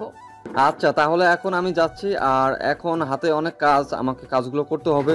তুমি তোমার মতো তোমার কাজগুলো শেষ করো, আমি আমার মতো আমার কাজগুলো শেষ করি। এখন তাহলে আমি গেলাম, আর আমাকে নিয়ে কোনো টেনশন করিও না তোমরা। কথাটা বলে মুরব্বি চাচা রুম থেকে বেরিয়ে চলে গেলেন আর আমি এদিকে খুশিতে নাচা শুরু করলাম। মুরব্বি চাচা এত সহজে আমাদের সব কিছু মেনে নিল, আমি কখনো কল্পনাও করতে পারিনি। ওনার অনেক বয়স হয়ে গেছে তো, তাই এতটুকুতেই অনেক খুশি হয়ে যায়। আর আমাদের হয়তো এই কথা শুনে ওনার মন আনন্দে ভরে গিয়েছে। তিনি একাকিত্ব কত দিন কাটিয়েছে, হয়তো আমরা এসে একাকিত্বটা দূর হয়ে গিয়েছে। আর এখন দেখলেই বোঝা যায় যে তিনি কতটা খুশি হয়ে থাকেন সব সময় বাসার ভেতরে। আর এত দিন হয়তো তিনি সব সময় মনমরা হয়ে থাকতেন, কেউ ওনার সাথে গল্প করার জন্য হয়তো আসতো না। কারণ আজকে আসার 2-3 দিন হয়ে গেল, কিন্তু একটা মানুষও মুরব্বি চাচাকে দেখার জন্য আসলো না। লক্ষ্য করে দেখলাম যে ঈশান বাহিরে বসে আছে, ফোনে কারোর সাথে কথা বলতেছে। আমি সেদিকে লক্ষ্য করলাম না, আমি আমার মতো কাজগুলো করতে লাগলাম। কারণ আমার এখন হাতে অনেক কাজ, আমাকে সেই কাজগুলো করতে হবে। আর মনের ভেতর যে কি একটা ফিলিংস কাজ করতেছে সেটা শুধু আমি বুঝতে পারতেছি। যারা নিজেদের ভালোবাসার মানুষকে কাছে পেয়েছে তাদের জিজ্ঞেস করেন, তাদের এই ফিলিংসটাই, তাদের এই জিনিসটাই হয়েছে সবার মতো। আমার আজকে ফিলিংস হচ্ছে ভালোবাসার মানুষটাকে সারা জীবনের জন্য কাছে পেয়ে যাব। আমি সত্যিই কখনো কল্পনাও করিনি যে এইভাবে এত সহজে সব কিছু আমার হয়ে যাবে। আমি সত্যিই অনেক লাকি। আজকে বাসায় কথা বললাম, বাসায় কথা বলে মনটা একদম খারাপ হয়ে গেল। বাসার পরিস্থিতি নাকি অনেক খারাপ। এই মাসে নাকি আমাকে তারা টাকা পাঠাতে পারবে না, কারণ বাসায় অবস্থা অনেক খারাপ। বন্যার পানির জন্য বাসার আশেপাশে যে জমিতে ফসল ছিল সেগুলো পচে গিয়েছে শুনে একদম টেনশনে পড়ে গেলাম। যাই হোক, এই কথাগুলো বাসায় শেয়ার করলাম না। এখন এই মুহূর্তে এই কথাগুলো যদি বাসায় শেয়ার করি তাহলে তারা টেনশনে কত কি বলে দিবে আমাকে। এখন টেনশনে আছে, তাই এই টেনশনের মাথা সব কথা বলা ঠিক হবে না। আমি মনে মনে একটা কথা স্থির করলাম, যাই হোক যাকটাকেরও পড়াশোনা কন্টিনিউ করতে হবে। জানি না কপালে কি আছে, বাট ভালোবাসার মানুষকে যেহেতু পেয়েছি অবশ্যই কপালে ভালো কিছু থাকবে। আর দেখি বিয়ের ব্যবস্থা কতটুকু কি হয়। বিয়েটা শেষ পর্যন্ত হয়ে গেলে ভালোই হবে, কারণ এভাবে তো থাকা যায় না, নিজেকে তো আর কন্ট্রোল করা যায় না। ভালোবাসার মানুষের সাথে যখন আপনি একসাথে থাকবেন কিন্তু তাকে স্পর্শ করতে পারতেছেন না, তখন আপনার মনের ভেতর একটা কি কষ্ট আর কি যন্ত্রণা কাজ করবে, সেটা শুধু যদি নিজেই পরিস্থিতির শিকার হন তাহলে বুঝতে পারবেন। অন্যের কথা শুনে আপনি কখনোই সেই পরিস্থিতির কষ্টটা বুঝতে পারবেন না, নিজেকেই সেই পরিস্থিতির শিকার হতে হবে, তাহলেই বুঝতে পারবেন। কি আর করার, কষ্ট করে থাকতে হবে। এখন এখানে বসে থেকে লাভ নেই, যাই আমার মায়াবিনীর কাছে গিয়ে দেখি সে কি প্ল্যান করলো। আমাকে তো ইশারা করে বলল বাইরে যেতে, আর আমি তো বাইরে এসে বসে আছি, আর সে ভিতরে কি করতেছে না করতেছে বুঝতে পারতেছি না।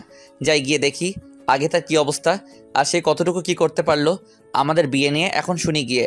আমি অনেক এক্সাইটেড, ভালোবাসার মানুষকে পেয়ে গেলাম সারা জীবনের জন্য, আর শেষ পর্যন্ত সারা জীবনের জন্য আমার সাথেই থাকবে।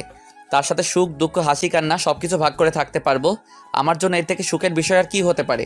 যাকে ভালোবেসেছি তাকে পেয়ে গেলাম। জানি না শেষ পর্যন্ত কি আছে আমার কপালে, কিন্তু আশা করি ভালোই কিছু হবে আমার কপালে। তারপর সেখান থেকে উঠে রুমের ভেতরে চলে আসলাম, আর এসে দেখিয়েছে ঈশিতা শাড়ি পরে বসে আছে বিছানার উপর। আমি তাকে শাড়ি পরা অবস্থায় দেখে একদম হতভম্ব হয়ে গেলাম। এত সুন্দর লাগতেছে, এত মায়াবী লাগতেছে, কি বলবো, নিজের কণ্ঠই হারিয়ে ফেলেছি। কি করা উচিত, কি করা উচিত। এখন আমি ভাবছিলাম বাইরে যাব নাকি তাকে জড়িয়ে ধরবো, বুঝতেছি না। আমার ফাঁকা জায়গায় চলে আসলাম, আর আমি হাত দুটো পাখির ডানার মতো মেলে দিয়ে শূন্যের দিকে উড়ে যেতে চাইলাম। কিন্তু আমি তো মানুষ, আমি তো পাখি না যে চাইলেই উড়ে যেতে পারবো। তারপর নিজেকে আমি কন্ট্রোল করে নিলাম, কারণ পড়ে গেলে সর্বনাশ। কোনো কিছু হয়ে গেলে কালকে আমি দাঁড়াতে পারবো না, তখন কি একটা অবস্থা হয়ে দাঁড়াবে। সবাই বলবে যে বউয়ের পা ভেঙে গিয়েছে।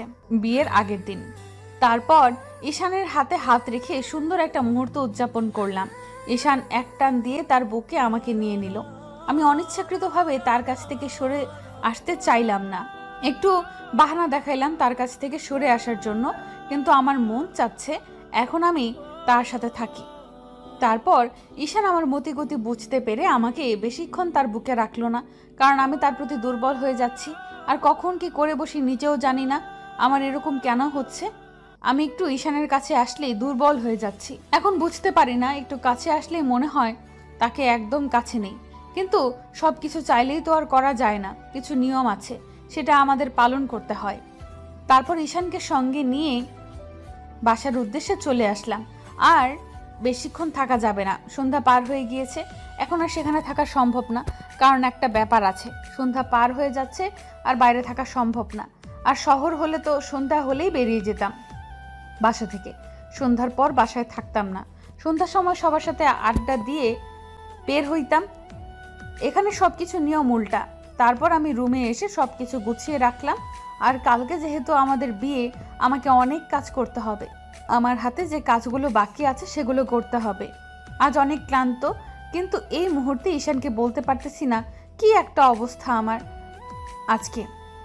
অবস্থা শেষ। কালকে যে কিভাবে বিয়ে বাড়িটা সামলাবো। তোমাকে দেখে এত ক্লান্ত লাগতেছে কিসের জন্য বুঝতেছি না। তোমার সমস্যা কি? তোমার কি কোনো কিছু হয়েছে? শরীর খারাপ নাকি? এখানে শরীর খারাপ নাকি এখানে এসে নতুন পরিবেশে মেনে নিতে পারতেছো না, কোনটা? আমার তো কোনো সমস্যা হচ্ছে না, আমি তো একদম ঠিক আছি। হ্যাঁ, আমার তো কোনো কিছু হচ্ছে না, এমনিতেই ক্লান্ত লাগতেছে। হঠাৎ একটু কি হয়ে গেল নিজেও বুঝতে পারতেছি না। একটু ঘুমাইলে হয়তো ঠিক হয়ে যাবে, তুমি একটু বিশ্রাম করো। আমার একটা হাতের কাজ আছে, আমি সেটা শেষ করে তারপর ঘুমিয়ে পড়বো। তোমার মাথা ঠিক আছে? তুমি এত কাজ করতে করতে অসুস্থ হয়ে যাচ্ছ, তারপরও তুমি বলতেছো আরেকটু কাজ আছে। তার মানে তোমাকে একদিনই কাজ শেষ করতে হবে? এরকম তো কোনো কথা নয়। আমাদের হাতে অনেক সময় আছে, লম্বা সময় আছে, তাই না? আস্তে আস্তে সব কাজ শেষ করতে পারবো। এত তাড়াতাড়ি তোমাকে সব কাজ শেষ করতে হবে কিসের জন্য? আর তুমি অসুস্থ হলে আমার কি হবে ভেবে দেখেছো? আমাকে নিয়ে তোমাকে এত টেনশন করতে হবে না, কারণ আমি অসুস্থ হবই না। একটু ঘুম পারলে ঠিক হয়ে যাবে, তাই না? আর এখন একটু ঘুমাতে ইচ্ছে করতেছে না, একটু পর ঘুমিয়ে পড়বো। তুমি এখন শুয়ে থাকো, আর আমার রান্নার কাজ শেষের দিকে। আমরা একটু আগে বাইরে থেকে আসলাম, তুমি রান্না করলে কখন? তখন থেকে তো তুমি আমার সাথে, তাহলে তুমি আবার রান্না করলে কখন? আমি বুঝতেছি না, এত কাজ করো কিভাবে তুমি? আমার মাথা নষ্ট হয়ে যাবে তোমার এরকম কাজ করা দেখে। আমার কোনো কিছু হবে না, তুমি আমাকে নিয়ে অযথা টেনশন করবে না।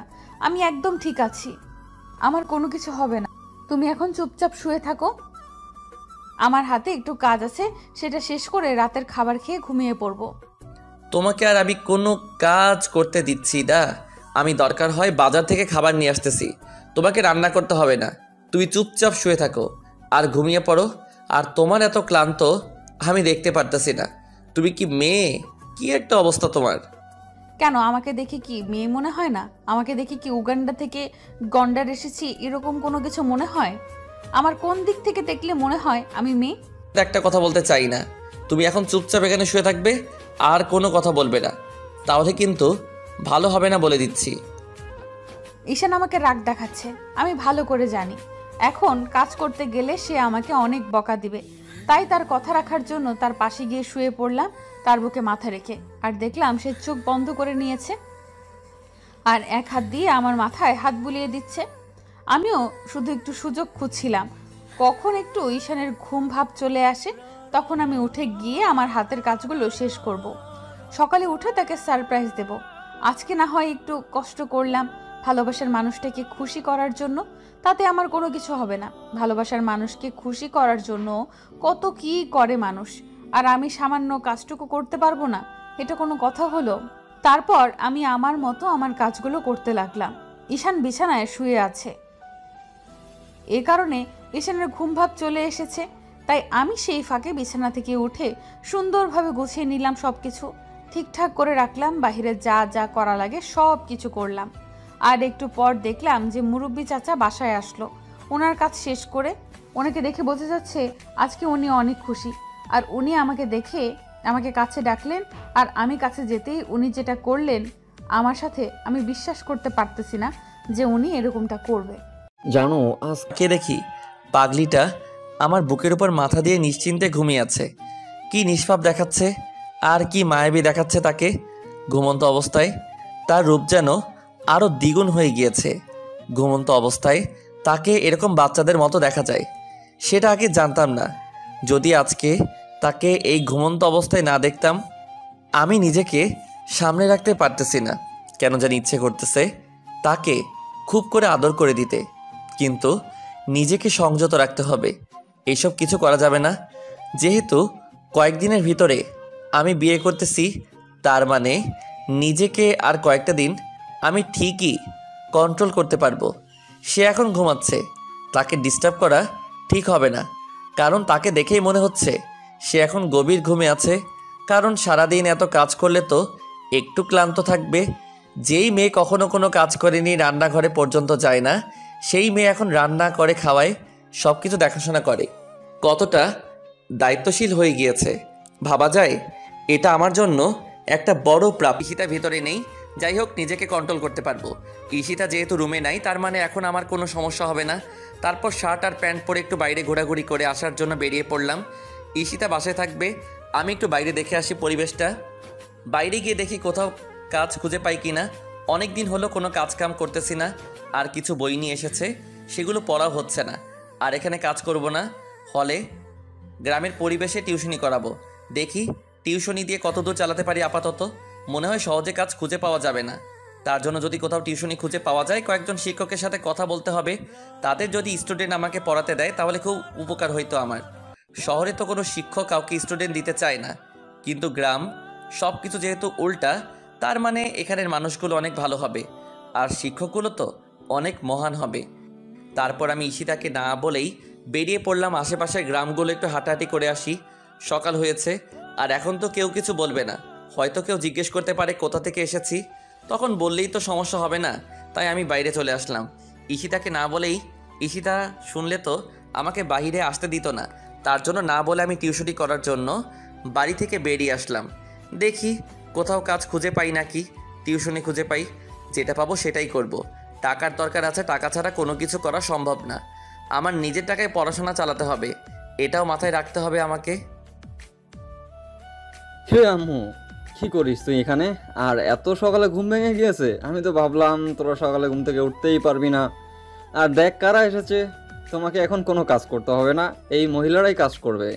তুমি আর তোমার স্বামী রেডি হয়ে নাও, তোমাদের সবাই বরণ করে নেবে এখন। তারপর তোমাদের গ্রামের নিয়ম মাফিক সব কিছু করবে সবাই। আমি সকালে উঠে কোনো মতে ঈশানের কাছ থেকে নিজেকে বাঁচিয়ে নিলাম।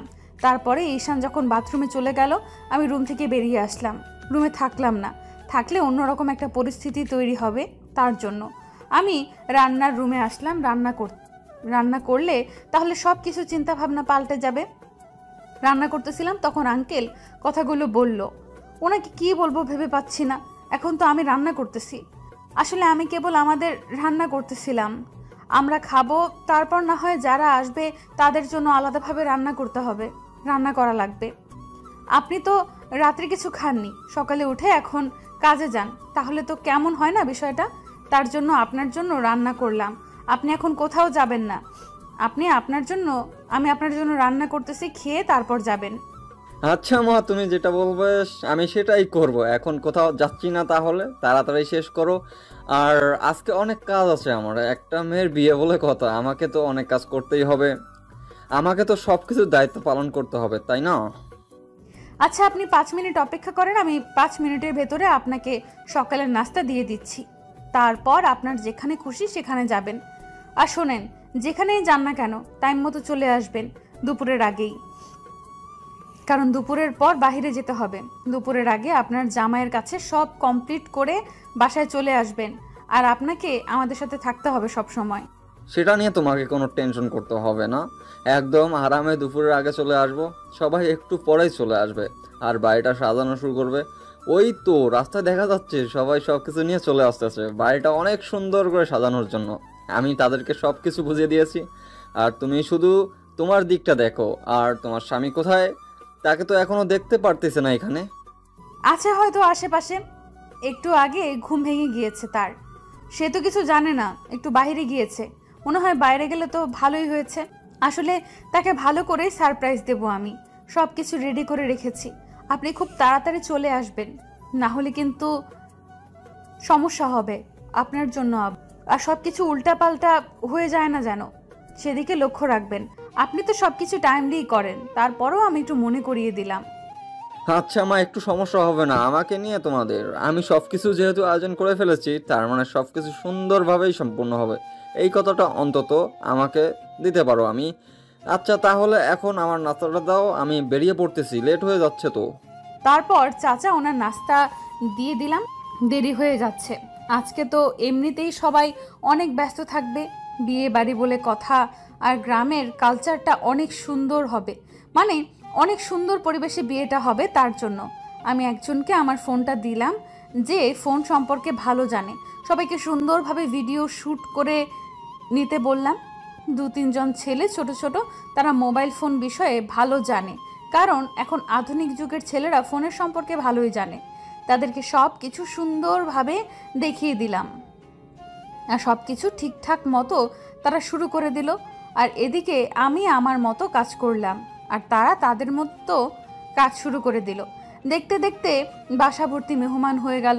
সবাই আমাকে দেখে আমাকে দোয়া দিলেন আর বললেন যে আমি লক্ষ্মী মেয়ে, ইত্যাদি ইত্যাদি। তারপর সবাই গ্রামের সংস্কৃতি অনুযায়ী তাদের যেটা যেটা করা লাগে, গান বাজনা থেকে শুরু করে প্রত্যেকটা জিনিস, মানে প্রথম থেকে শুরু করে শেষ অবধি যা যা করা লাগে সব কিছু ধীরে ধীরে শুরু করে দিলেন। কিন্তু এদিকে একটা বিষয় লক্ষ্য করলাম, এত মানুষের ভিড়ে কিন্তু ঈশানকে দেখা যাচ্ছে না। ঈশান আমাকে একবার এসে জিজ্ঞেস করতে পারতো যে এত কিছু হচ্ছে, কিন্তু ঈশান মনে হচ্ছে বাসায় নেই। তাহলে ঈশান গেল কোথায়? আর এখন তো প্রায় সকাল 10টা বেজে গিয়েছে। সকাল 6টায় ঘুম ভেঙেছে আর এখন সকাল 10টা বাজে, কিন্তু ঈশান একবারের জন্য আমার কাছে আসলো না। এটা তো মারাত্মক একটা বিষয়। ঈশান গেল কোথায়? তাকে তো পুরো বাড়ি দেখাশোনা করলাম, কোথাও পেলাম না। ঈশান গেল কোথায় তাহলে? আমি পুরো টেনশনে পড়ে গেলাম। সেই 4 ঘন্টা থেকে আমি ঈশানকে দেখতেছি না, কিন্তু এদিকে আমি কাজের ব্যস্ততার জন্য তার এখনো খোঁজ খবর নিতে পারলাম না। আর এদিকে ফোনের চার্জ না থাকায় আমার ফোনটা অফ হয়ে আছে, চার্জার লাগিয়ে দেই নাই। ফোনে চার্জ থাকলে এতক্ষণে ফোন দিতে পারতাম, কিন্তু এতক্ষণ বাইরে কি করতেছে আমি না করি। আমি আমার জামাইকে সাজিয়ে দিচ্ছি, হাস্যকর একটা বিষয়। আমি অনেক মজা করলাম। তারপরে ঈশানের সাজুগুজু করা শেষ করে দিয়ে ঈশানের চোখ খুলে দিয়ে আমি একদম বউ সাজি ঈশানের সামনে গিয়ে বসে পড়লাম। ঈশান আমাকে দেখে অবাক দৃষ্টিতে তাকিয়ে রইল। এটা আমি ঈশানের হাত দুটো চেপে ধরেছি আর ঈশান এক টান দিয়ে তার বুকের মাঝে আমাকে নিয়ে নিল আর তার ঠোঁট দুটো আমার ঠোঁটের মাঝে ডুবিয়ে দিল। আজকে আমার ফিলিংসটা অন্যরকম। আজকে আমি তাকে ছেড়ে দেওয়ার কোনো চিন্তা ভাবনা করতেছি না, আর সে আমাকে ছেড়ে দেওয়ার চিন্তা ভাবনা করতেছে না। আজকে শুধু দুজন দুজনকে ভালোবাসবো। তারপর ঈশান ধীরে ধীরে তার ঠোঁট দুটো আমার গলায় বসিয়ে দিল। আমার এদিকে মনে হচ্ছে যে অন্যরকম একটা অনুভূতি কাজ করতেছে, যেটা বলে ভাষায় প্রকাশ করার মতো না। আমি আপনাদেরকে বলে বোঝাতে পারবো না এই অনুভূতিটা। মুহূর্ত এটা শুধু সম্ভব যখন আপনি আপনার ভালোবাসার মানুষকে ভালোবাসবেন এবং আপনার ভালোবাসার মানুষের ভালোবাসা উপভোগ করবেন। আপনি তখন এটা ফিল করা সম্ভব। তারপর ঈশান আর আমি ভালোবাসার সাগরে তলিয়ে গেলাম, যে সাগরের তলদেশ বলতে কিচ্ছু থাকে না, শুধু ভালোবাসা আর ভালোবাসা থাকে। তারপর দুজনে নতুন একটা ভবিষ্যৎ প্রজন্ম খোঁজার জন্য বেরিয়ে পড়লাম ভালোবাসার সাগরে। আপনাদের লজ্জা করে না? আপনারা এখনো এখানে আছেন? যান আপনি, আপনারা ভালোবাসার মানুষকে নিয়ে বিয়ে করে নেন। আর যারা বিবাহিত আছে তারা আপনার ভালোবাসার মানুষকে গিয়ে জড়িয়ে ধরে আপনার যা ইচ্ছা তাই করতে পারেন। এখন আমরা বিদায় নিচ্ছি, আর আপনাদেরকে আমরা এসব বলবো না, কারণ এখন আমাদের লজ্জা করবে এসব বলতে। আর আমি আপনাদের কিছু বলতেছি না। আপনি আপনার ভালোবাসার মানুষকে আপন করে নেন, তার সাথে আদর বিনিময় করেন। আজকে আমরা এখান থেকে বিদায় নিচ্ছি। জানি না আপনাদের কাছে গল্পটা কেমন লেগেছে। যদি ভালো লেগে থাকে সবার কাছে শেয়ার করে দিবেন, এটাই আমার একটা অনুরোধ আপনাদের কাছে। সবাই ভালো থাকবেন, সুস্থ থাকবেন, আর আমার আর ঈশানের জন্য দোয়া করবেন। আমরা যাতে সুখে শান্তিতে সংসার করে আমাদের সারা জীবন পার করে দিতে পারি। আজকের মতো এখানেই বিদায় নিচ্ছি। দেখা হচ্ছে পরবর্তী কোনো সুন্দর রোমান্টিক একটা গল্পের মাঝে।